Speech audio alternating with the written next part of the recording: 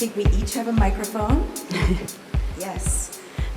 Well, this is an incredible honor to be in conversation with two amazing people, and we're talking, this is called Parenting 101.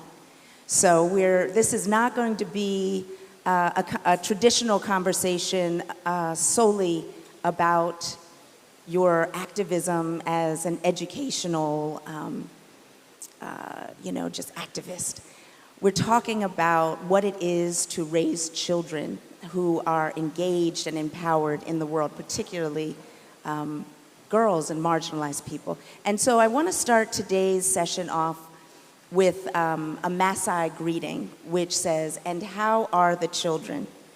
And what that reflects is, how is society? Because the state of our children is really reflective of how our society is. And so Malala is your oldest daughter. She is the only girl of 3 children. You have 2 sons who are younger than her. And so I just want to do a quick check-in with how are your children at this stage in their lives. And I'll start with you, Mr. Yousafzai. Yousafzai. Thank you so much. It's an honor to be here, and honestly, we have been here for the last 2 days, and Tbilisi is so beautiful. It reminds me of the mountains and this landscape of Swat Valley, where I spent 18 years of my life. And thank you to the people of Tbilisi. Most of them are young on street, and they can't speak English, but they still express with their smile, their welcoming behavior. So thank you so much. I come to your question. It's about raising about the children, and Toor, Pekai and I, we both have 3 children. Malala is the oldest in the family, and I have 2 sons as well. The older son has last year graduated from King's College. He studied theology and philosophy. And my younger son, he is in Sheffield University, and he is studying computer and AI. And the oldest child in the family is Malala. So our journey basically begins from mine and Toor Pekai's marriage. And then when she came to our life, so, I mean, if you have read the book, or they have read the book, most of them, they will know that how that story is and what that is.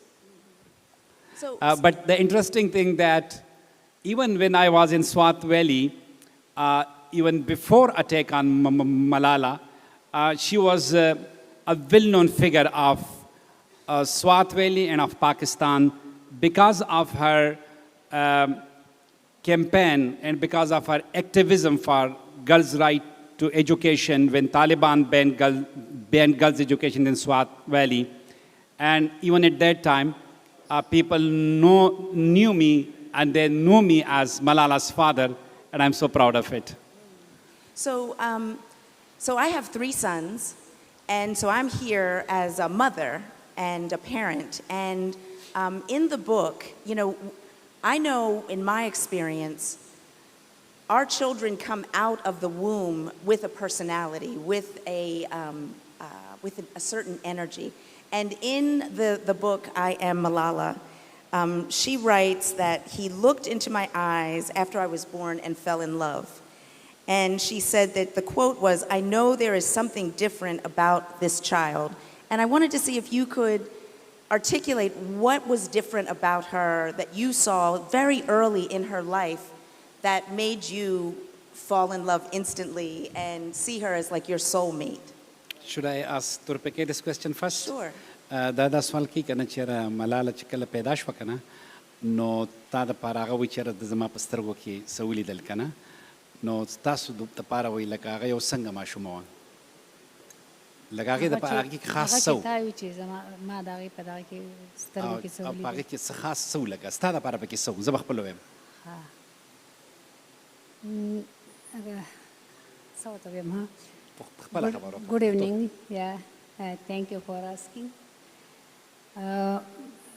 چې کله ملاله پیدا شوله نو ظاهر او د هغې نه مخکې زما یو بله ماشومه پیدا شوې وه هغه په پیدایش کې وفات شوې وه بیا ملاله زموږ دویمه ماشومه وه نو لږ ډېر زما داسې زړه کې و چې زما لکه هغه د هغه داسې و چې موږ خلک ټول هلک ته په تمه وو خو بیا چې کله ملاله پیدا شوله نو ظاهره ده چې زه مور ومه ما ته خو ډېره خوږه وه ډېره نږدې وه مور همیشه په لور ډېره زیاته خوشحاله وي لور یې ډېره خوښه وي او بیا ملاله چې ورو ورو لویېده نو ملاله هغه ماشوموالی عجیبه و هغې په ماشوموالي کې هم ژړل نه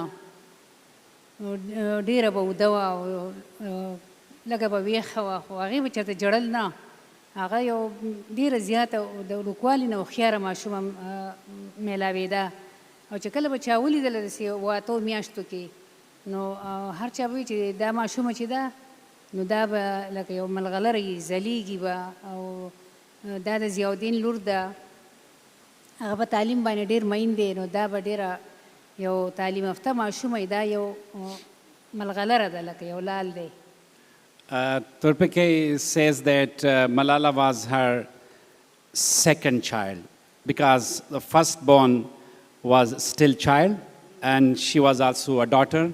So Malala was her second daughter and traditionally she was expecting a boy because, you know, it's patriarchy and but once she came in her life, she was very, very happy, but people from neighborhood or like in the family, they were kind of commiserating with her, oh, next time you will have a boy. But she says that right from the very beginning, Malala was the kind of child that she was very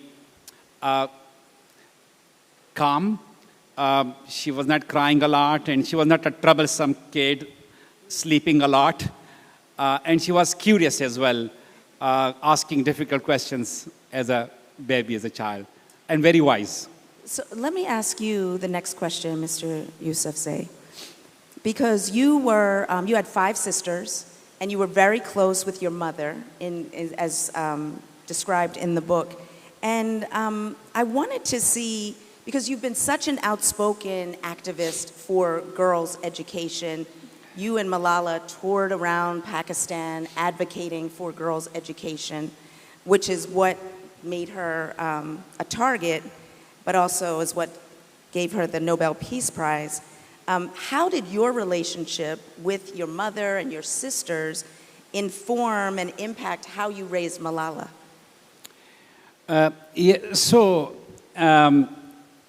I grew up in a typical patriarchal family and patriarchal society. So as a child, like growing up with 5 sisters, I could see that 2 sets of parenthood under the same roof. Like I had milk cream in my breakfast, my sisters did not have. When chicken was cooked, the sumptuous part of the chicken went to the men and they left out and the poor parts were going to the girls. And the worst discrimination that my 5 sisters went through was their deprivation from education. While I was sent to school, all my 5 sisters stayed home. So as a child, I was not mindful of that discrimination, or I was not critical of that, because I was getting privilege for being a boy. But this is education that later in my life, education changed me. Education transformed me into the kind of person that I became. And I tell people that it made my inner being beautiful. It gave me values, the value of equality, justice, empathy, love, respect. And that made me a different person. And while I was even a teenager, 18 and 19-year-old, I became so mindful and so conscious about all the discrimination because of color or because of, like some people, as a boy, when I talk, I stutter. So my age boys bullied me for my stuttering. And I hated that. I used to be very angry. Or some people disliked me for belong to a poor family. So they made me kind of, that give me the value that I should not be believing in the revenge or paying back with the same bullying, but I should work for more respect in the community, that people respect, and I call it positive revenge. So this is how that when I was a father, so I became a different father. And my 5 sisters did not get education. And that was the reason that they could not dream beyond becoming wives and mothers and grandmoms. But I was sure that I was determined that I will be a different father and I will educate my daughter. And as I mentioned in the previous panel as well, that I named her after the Malala of Yousafzai, who was the legendary Afghan girl who in the Second Anglo-Afghan War, she raised her voice. So there's a long story. Student can Google Malala of Yousafzai and they can find that there. But also after a few weeks when Malala was born, my cousin brought me the family tree. And in that family tree, they were all men, fathers, grandfathers, great-grandfathers.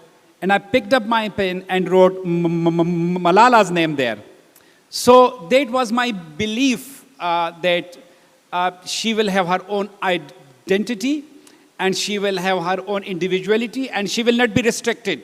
She will be, as people ask me what special I did for my daughter, and I tell them, don't ask me what I did, ask me what I did not do. I didn't clip her wings, and that's all. So I believed in her, and that's why that when Taliban banned education, it was unacceptable for me. And I want to ask you, Toor Pekai, because we know as a mother, I'm a mother, you're a mother, we know how central the mother is in the family. And I want to, in the book, we hear a lot about the advocacy and the activism that Malala does in partnership with her father. But I want to know what you instilled in her as her mother that directly shaped who she is today as a woman. And then I also want to see if you can talk about how education has shaped your life, because I know that you did not have a formal education as a young woman, but now you do, and that has created a lot of opportunity for you. So both of those things. Yeah, dos swaal ke. Yo swaal da ki chera Malala ki ta sense tel kede uchi lar o lur dwaro activism kao. No sta ki se contribution kana laka matlab ta ki kama value achwale wa. Advem da chi ta talim sumra badala kade ta chi talim kړle. کله چې په سوات کې طالبان راغلل او په جنکو په سکول باندې پابندي ولګوله او هر ورځ به په چوکونو کې خلک علالول او سهار به موږ خبرېدو چې دومره دومره خلک مړه شو دومره یې د کور نه بوتلل نو هغه وخت ډېر ګران و هغه موږ نه شو برداشت کولی ځکه ما به هم وي چې د ایجوکیشن دومره ضروري شی دی چې ما به وي چې کاش که ما ویلی وی سبق ما ویلی وی نو ما به د اواز اوچت کړی و خو چې کله ملاله خپل اواز اوچت کو کله د ضیاءالدین به د ایجوکیشن په باره کې خبرې کولې چې ولې طالبان سکولونه بند کړي جنکۍ د سکول ته نه ځي نو ما به دوی نه منې کول ځکه چې ما ته پته وه چې تعلیم څومره ضروري دی ما به دوی ته دا وي چې بس تاسو رښتیا وایه ملاله ته به ما وي ضیاءالدین ته به ما وي او چې تاسو کله رښتیا وایي نو تاسو به لاندې نه راځئ رښتیا ویل چې دي هغه همیشه رښتیا کیږي نو ما به دوی ته دا وي چې تاسو رښتیا وایئ او د حق سره ودرېږئ خپل اواز اوچت کئ او دا د برداشت کېدو خبره نه ده چې ولې په جنکو باندې تعلیم بند شي تعلیم څومره تعلیم خو رڼا ده تعلیم لایف دی تعلیم حیا ده نو یو خو دا خبره وه چې ما به زه به د دوی سره ولاړم ما دومره کړي نه دي که ما ته به ډېرو خلکو فونونه وکړو چې خپل خاوند ته ووایي چې دا خبرې نه کوي څوک به یې مړ کي او دا ملالم بهر ته مه پرېږده ته څنګه مور یې نو ما به هغو ته ښه ووي خو ما به وي چې چې دا اواز دونه اوچتوي دا به څوک دا خبره کوي دا به څوک مخکې بوځي او دا خو ډېره ګرانه خبره ده چې دا هر څه بند شي. So, in response to the first question, Pekai says that when Taliban, it was 2007 and 2008, at that time when Talibanization started in Swat Valley in the north of Pakistan, it was a very scary time because Taliban banned girls' education completely and they bombed more than 400 schools also. And every morning when we used to get up in 2009 in January, so people were killed in the squares and they were hanged upside down. So that was the most scary time for girls' education and for the people of Swat, and Taliban inflicted inhuman atrocities against the people of Swat. And Pekai says that if I had the training, because that was something that was happening was cruel, that was oppression, and someone had to speak against that oppression. She thought, she was contacted by people that by friends and by neighborhood that she should stop me and her daughter from speaking out. But her reply to them was that if I had the training, you would have seen me speaking out. But as I am not educated, so if they are speaking, they must speak out because there should be someone to speak up. Otherwise, things will not change. And also she says that I taught my daughter to be truthful, to speak the truth, and to speak truth to power, not to be scared. So this is her reply, but I'm adding to it. It is not her, it is me now. Okay. People usually ask me that, wasn't it scary to speak against Taliban? And I tell them that yes, it was scary to speak against the Taliban because they were brutal. But it was scarier not to speak against them. Scarier in a sense that how can you imagine living in a state of life where your daughter cannot go to school, your sisters and wife cannot go to the marketplace, and they cannot work, and they are restricted to their homes. How dare they? So it was scarier not to speak. So that is the most important point to share with you. And second question. Okay, she wants to reply second question. زه چې کله ماشوم وم سکول ته کېنولم زه به دوه میاشتې لاړم بیا هغه کې ټول هلکان و جینکۍ نه وې ما خپل کتابونه خرڅ کړو او بیا به ما خپل د کزن سره لوبې کولې نو بیا چې موږ کله رالو یوکې ته نو هغه کلچر هغه هر څه بدل و زه نه په ژبه پوهېدم نه په هېڅ هم نه پوهېدم لکه یس نو به مې هم نه پېژنده چې دا څه ته وایي یو ورځ زه لاړم ډاکټر له او زما اپاینټمنټ و د غاښونو نو ډاکټر ما ته خبره کوله زه پرې نه پوهېدم ما خپل فرینډ ته کال وکړو نو هغې زما کال ریسیو نه کړو ضیاءالدین تللی و امریکې ته هېڅوک هم نه و کور کې زه په لاره را روان وم ما ډېر جړل ما کاش که ما سبق ویلی وی نو نن به ما دا پرابلم نه و چې زه خپله ډاکټر ته خپله خبره نشم کولی نو بیا د هغې نه پس ما یو سنټر و سلیوک سنټر I started learning English. Now I can send the email, read email, go to the doctor by myself. I communicate other people. Now I'm independent. The life is easy. That's wonderful. That's wonderful. So Pekai shared her childhood story with you. She says that when she was a little girl, her brother or father admitted her in a boys' school because there were no girls' school. And She was in that boys' school for some days, but then she got very bored because they were all boys, no girl, and she wanted to join the girls on the streets to play with them. So she just sold her books for candies, and that was the end of her education. And then she shares the story of her education in the UK, that when in Pakistan it was not a big problem because still all people were speaking the same language, same culture. But it became more difficult, and she realized that how much education was important. And she tells the story that she went to a dentist one day, and the doctor had he made a mess with the bridges and stuff, and then he wanted to make her understand, and she couldn't get him. And she called her friend on phone. She was not available. I was in the US. And she cried a lot, and she wished that if I had an education, I would have been able to talk to my doctor about my dental issues. And after that, she got admission in Silly Oak Learning Center.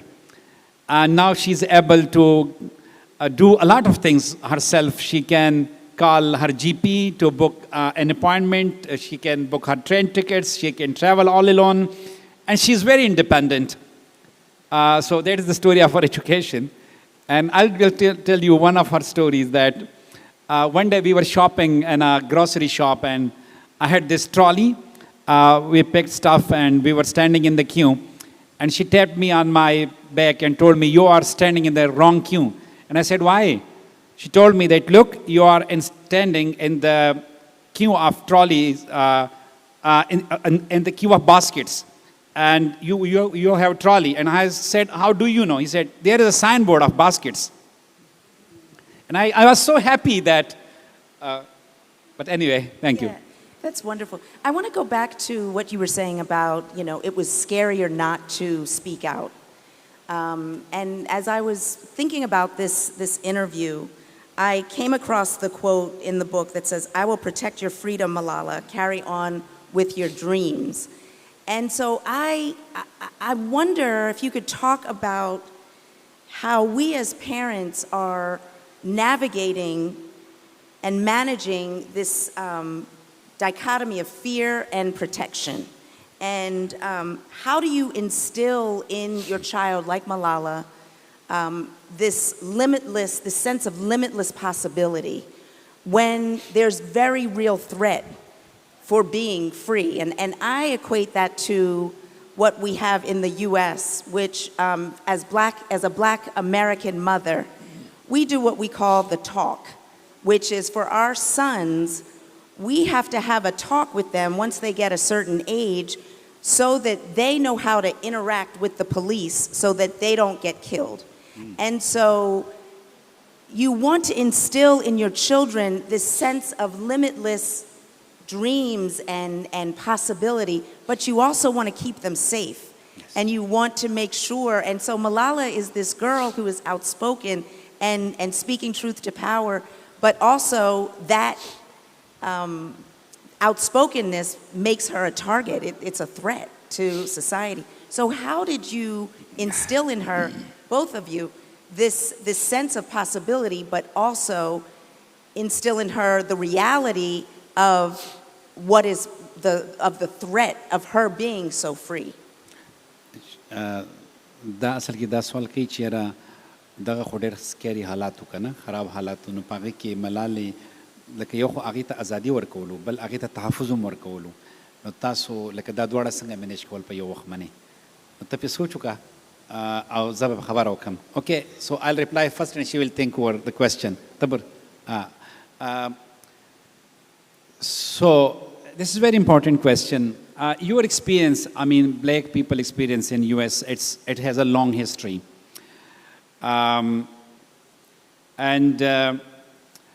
When you just quoted my quote that, can you repeat it? That sure, I will protect your freedom, Malala. I will protect your Carry freedom. on with your dreams. Yes, and as I said, I won't clip your wings. Same thing. Basically, that was the determination, or that was the intention as a father when she was a little girl.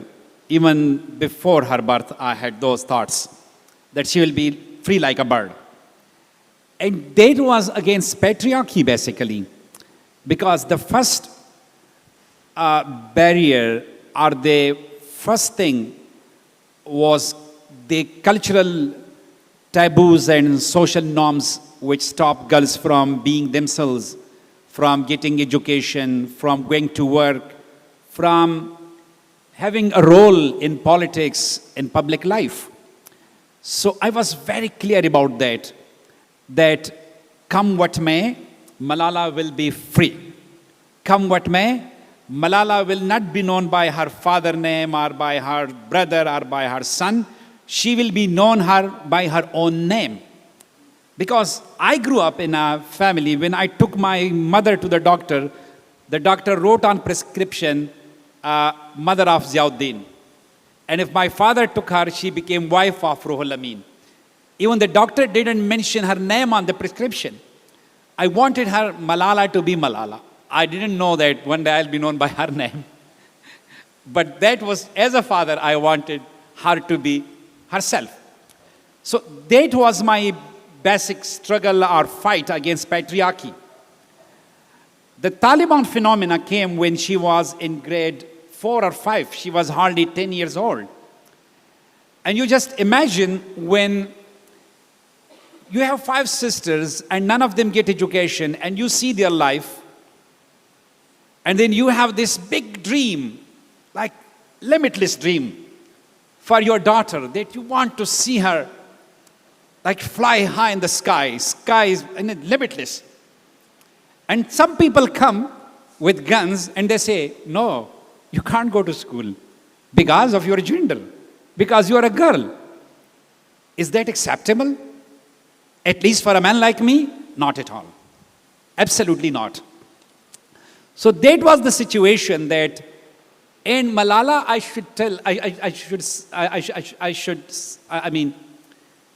it was not like a construction or it was not in engineering, like you build a building. I and some other education campaigner and human rights activist were inspiration for Malala. She was unstoppable. I never told Malala that you should be an activist and you should raise your voice and you should do this and you should do that. I sometimes stopped her not to mention the word Taliban. Because when she spoke to the media, she used Taliban are banning girls' education and Taliban blah blah. And one day, as a father, I was scared to say, please, can you say extremist? And then she told me, you should call the people by the name they call themselves. They are the Taliban. They are the perpetrators. So that was the kind of girl.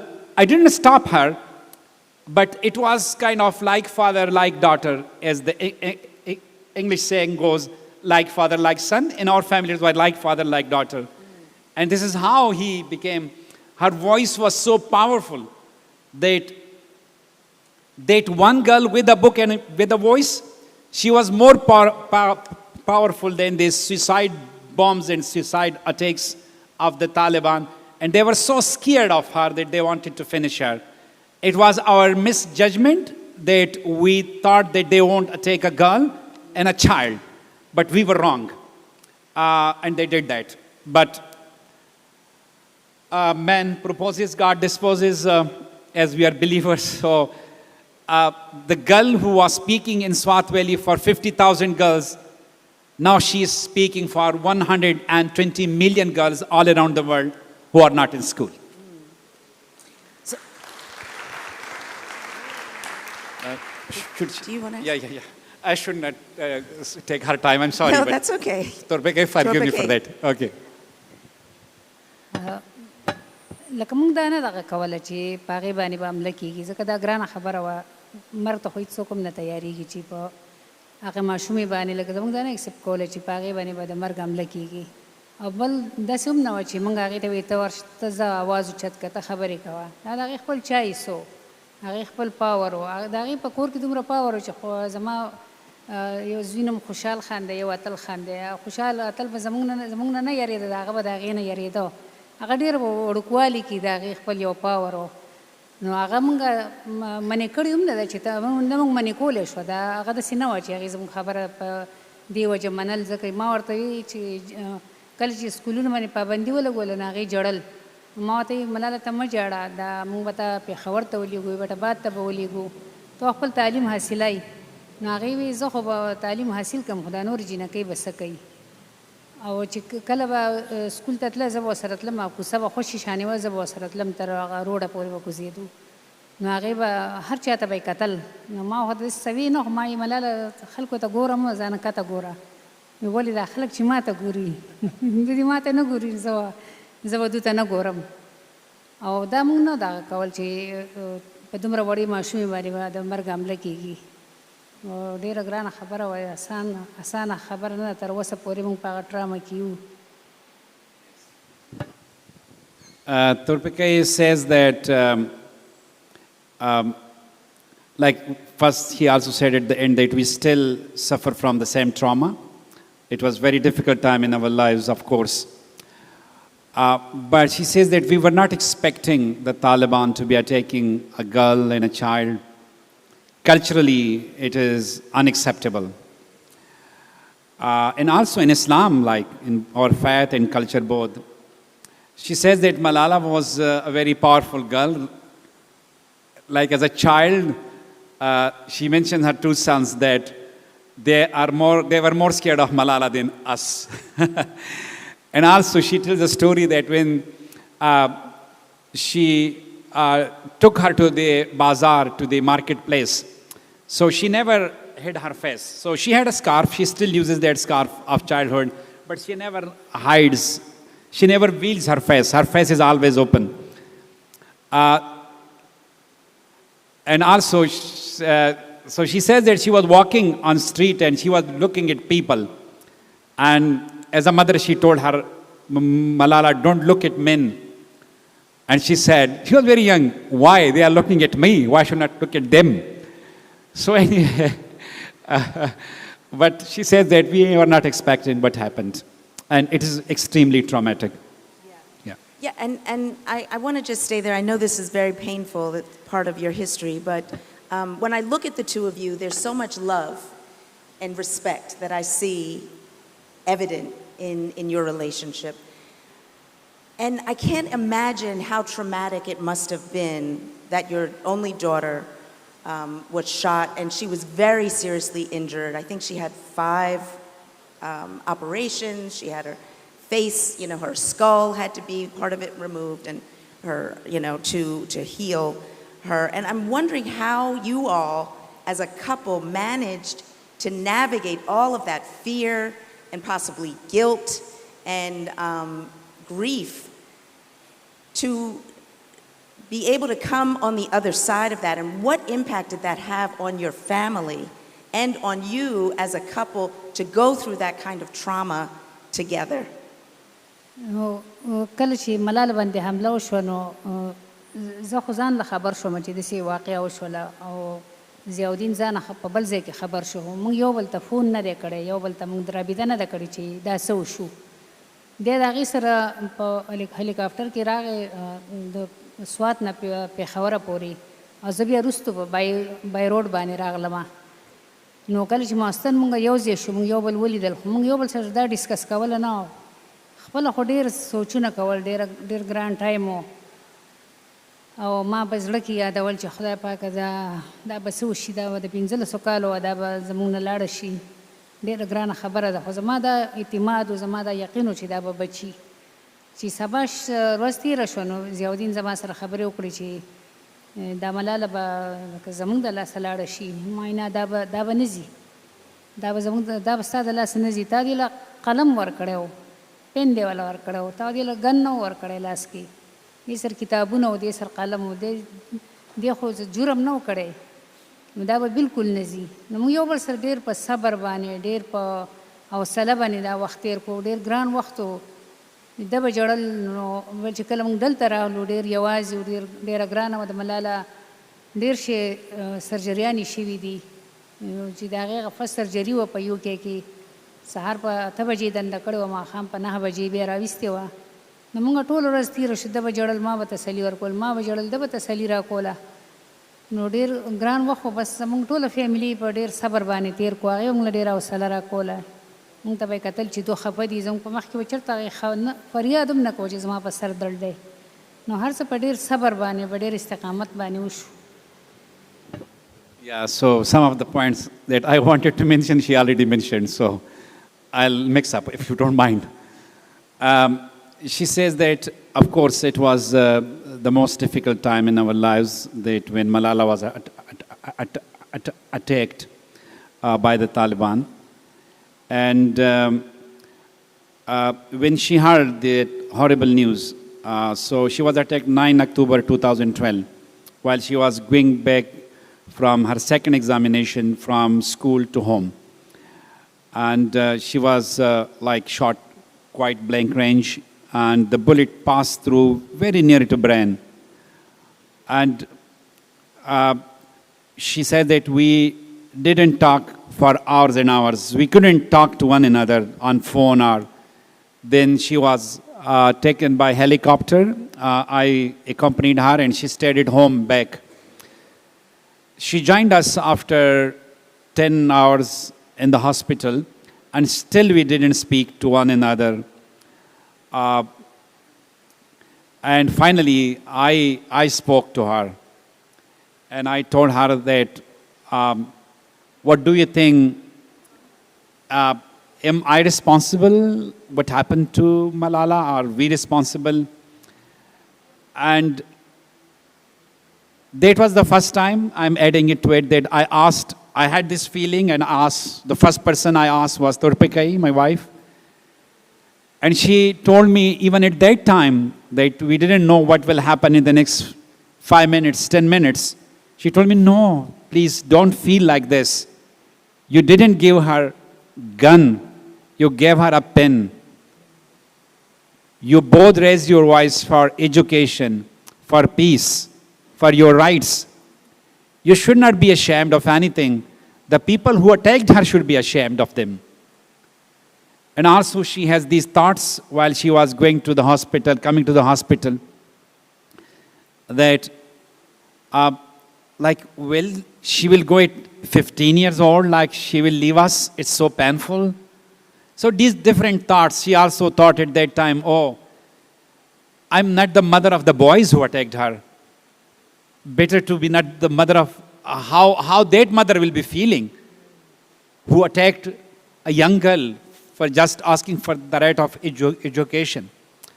So of course it was a very traumatic time. And now I'm adding something to what she told, that like in patriarchy, women are not considered worthy to be discussed serious things with.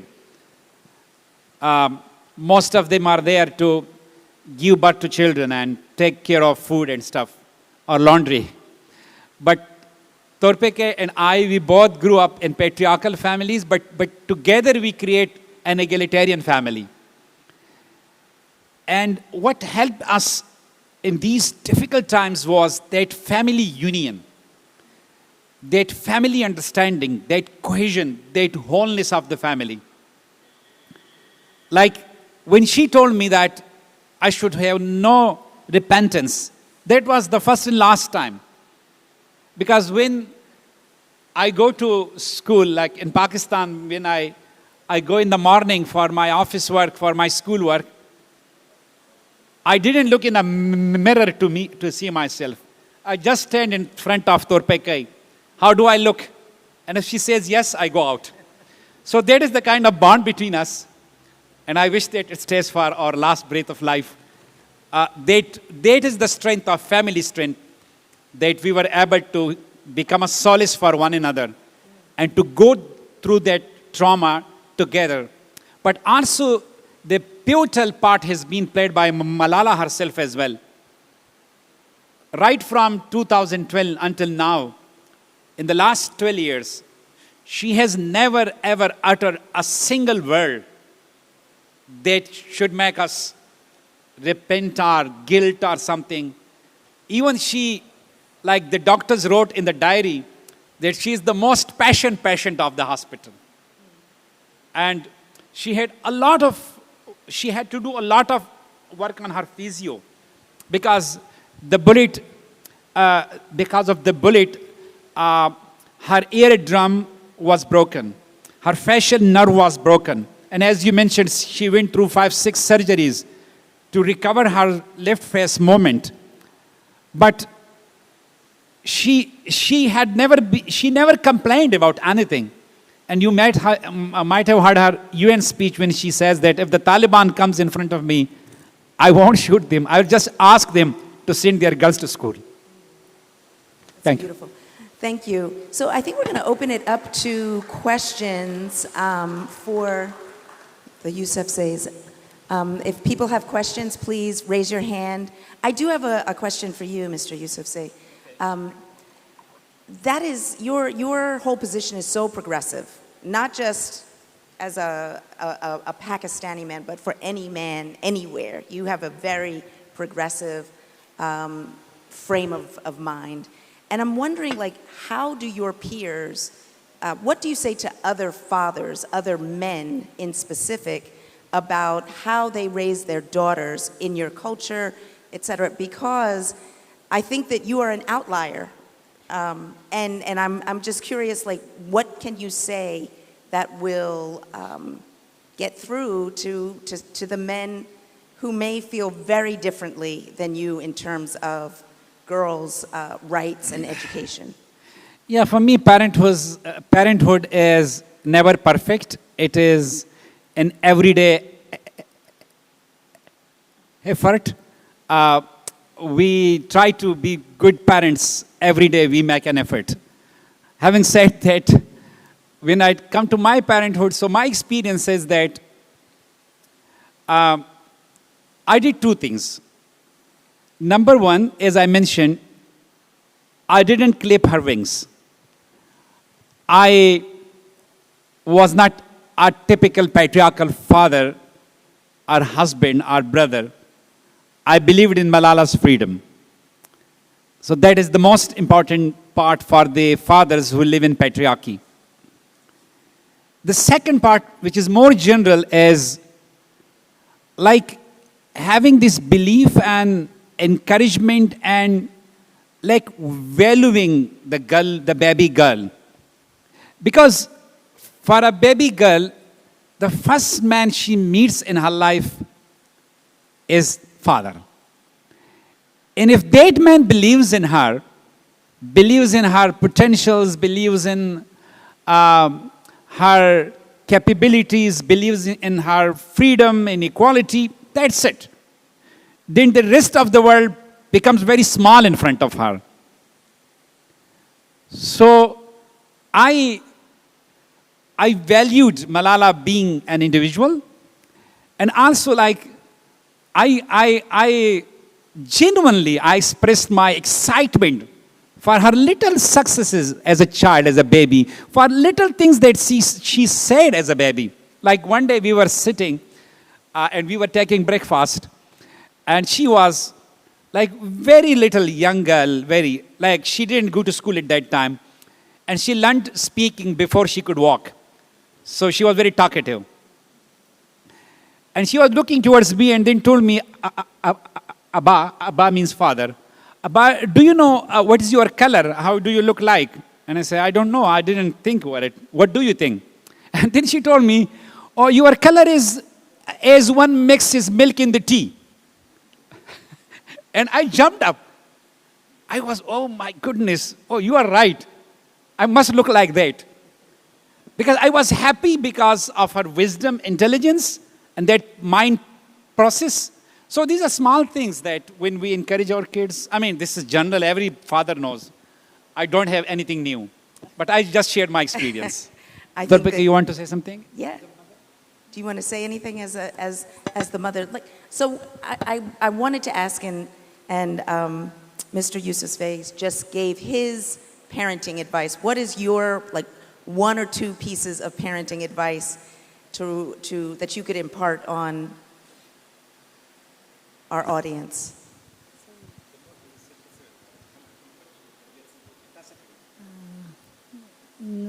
ځکه یو خبره ده نو ماشومان اورېدل ډېر ضروري دي. که ماشوم ښه خبره کوي که بد ډسکریج کول یې نه دي پکار ده چې هغه مور پلار واوري هغه په خبره ځان پوه کړي نو بیا که ماشوم غلطه وي نو هغه بیا په طریقه باندې پوه کړي په زور زبردستۍ باندې ماشومان نه پوهه کېږي نو زما دا دغه دی پیغام دی. Pekai is giving very good advice. She says that listen to your children. Let them say, let them speak, ill or well, bad or good. Don't stop them, don't shut them up. Let them share with you whatever they have in their minds and hearts, bad or good. That's so important. Any questions from the audience? We have about 10 minutes. Yes, there's a question over here. And I'm going to finish things up after we have the questions with a final question. So, yes. First of all, thank you very much for an excellent talk and for the parenthood you did. My question is, this was a journey, and now we all see the change that Malala has made. Have you seen throughout the journey any examples in your society, neighborhood, the close family whose life was changed throughout this journey when she was so courageous? Of maybe your neighbors going for education, or as an example she set in a community. Yeah, I think, are you seeing change, I'm going to paraphrase, like widespread change in other places based on Malala's advocacy? Is that kind of? Yeah, with the Malala Yousafzai change ragalli family ke anurjun sabataw hai sabazo. Yes, what makes me very optimistic about our world is the change. And change needs work. Change needs passion, P-A-S-S-I-O-N. And change needs patience as well, P-A-T-I-N-C-E. I'm spelling because I had been teacher for 18 years. Sorry for that. Patience. You need to wait. I have seen a lot of change in my own community. I'll begin from there. My nephew, who once in 2008 and 9, when Malala started speaking to media and she used to appear in public gatherings, he couldn't talk to me, but he told my wife, Toor, Pekai, that the community is not happy with Malala's visibility because now she's a teenager, she's a beautiful girl. Why she should be seen publicly by men? Why she should mix with men and gatherings and speak to public and come on media? And Toor Pekai told me that the nephew is unhappy and people are like taunting him and people speak ill about our family. And I told her, tell him, don't poke your nose in our family affairs. But the same nephew, he is like the right hand of our work in Pakistan. He's so proud of Malala. And he is like now a feminist husband, a feminist father. So that is one change within the family. But the village where Toor Pekai and I grew up, I didn't see a girl going to school with me or going to school including my 5 sisters. Now in that community, there is a state-of-the-art school for 700 girls receiving quality education from nursery, from kindergarten to higher secondary level. And the girls are so fond of education that when there are winter holidays, they go to the principal and say, please don't close the school, we are happy in school. Because that is the only place of socialization for them. Do you want to add, Toor Pekai, something to it? Yeah, I can speak for longer, but I should be mindful of time. ډېر چینجز راغلي دي اوس مخکې به ډېرې ماشومانې جنکو رشتې کېدې اوس ماشومان خپله خبره کوي چې کله رشته راشي هغه وایي مونږ رشته نه کوو او ډېرې داسې ماشومانې چې هغه ماته کال وکړي هغه ملاله ته وایي مونږ به ملاله ته حل ویو چې لکه زما په فیملي کې څوک یي نو وایي مونږ به دې خپل ترور ته حل ویو چې زما رشته راغله دو ما ورکوي او یا زما پلار ما سکول ته نه پرېږدي یا ما دا نه کوي ما دا نو خپله خبره اوس کوي او ماشومان ډېرې زیاتې اوس سټرانګ شوي دي چینج شوي دي خپله خبره کوي خپل اواز اوچتوي او زه په خپله باندې چې پاکستان ته تللی وم نو دیره کې به سړي راتله زه به تلم د هغو سره به میلاوېدم نو ډېر چینجز راغلی دي.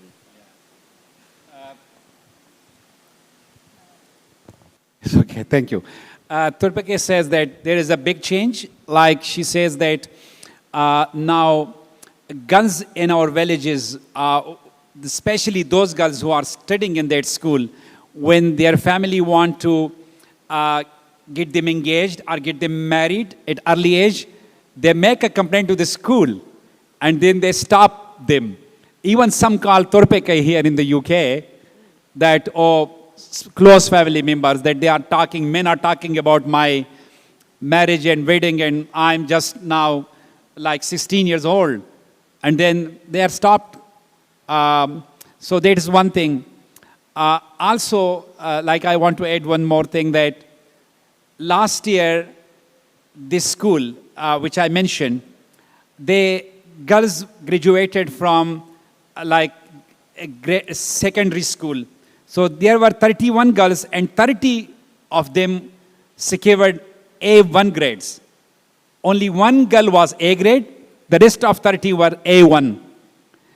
And one father called me and he told me that it is for the first time in our history of that region, of that area, that fathers are celebrating the success of their daughters. And they are crying out of happiness. This only happened for boys, not for girls. Happening first time for the girls. That's incredible. So, Andy, we have a question up here.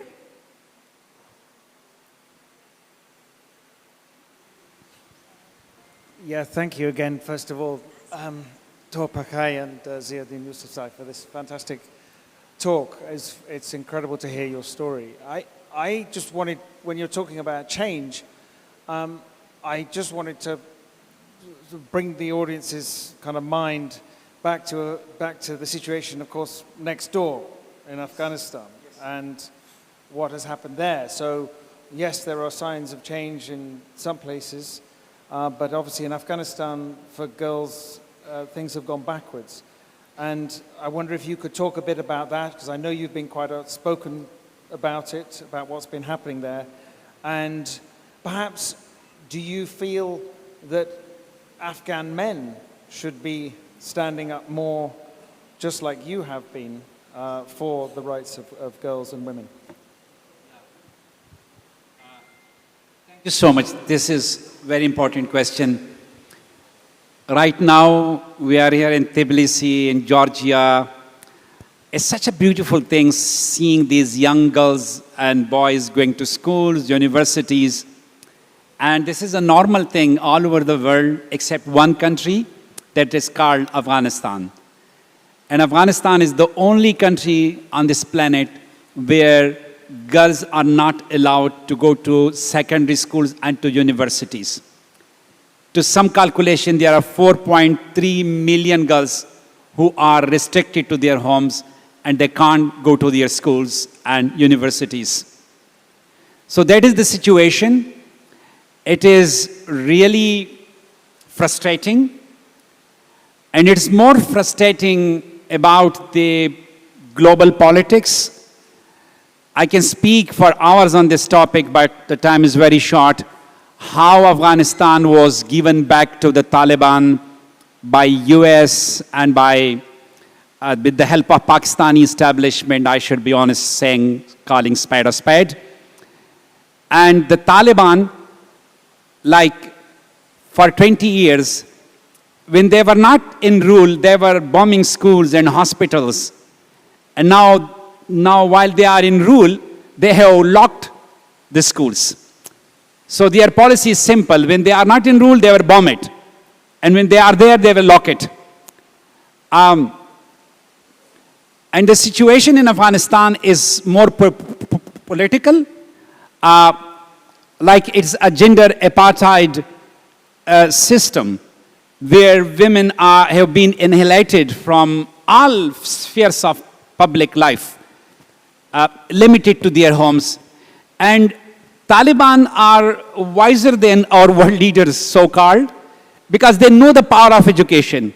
They know that when girls gets to secondary school, then it opens all other doors for her, for work and for being independent and outspoken about her rights. That's why they are stopping them. It's like a slavery. They want to keep them as slaves. But what gives me hope, my dear brother, is the change. Like they said that there is 2.0 Afghanistan now. We were told before Doha deal that it is 2.0 Taliban.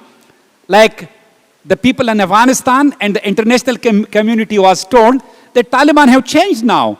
They are promising that they will let girls to go to school, they will let women to go to work. Taliban is not 2.0.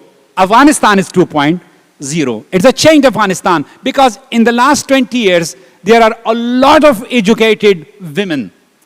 Women were in football, women were in hockey, volleyball, there was a robotic team in parliament. So those women are the power of Afghanistan, and they are in all over the world. They are consolidating their collective voice, and they are now leading this demand to the international community, to UN, that in Doha 3, women should participate in that conference. And also their demand is that the international community must recognize gender apartheid as a crime against humanity, and it should be included in the treaty. So that is the power of education that we see in Afghanistan, to be short. Thank you. We are going to leave it right there. This was our Parenting 101. We were able to slip in some politics at the end. But thank you both so, so much. You are an inspiration to us all. And I'm going to take your parenting tips, even though my kids are grown now. But I appreciate you both so much. Thank you so much. Thank you all.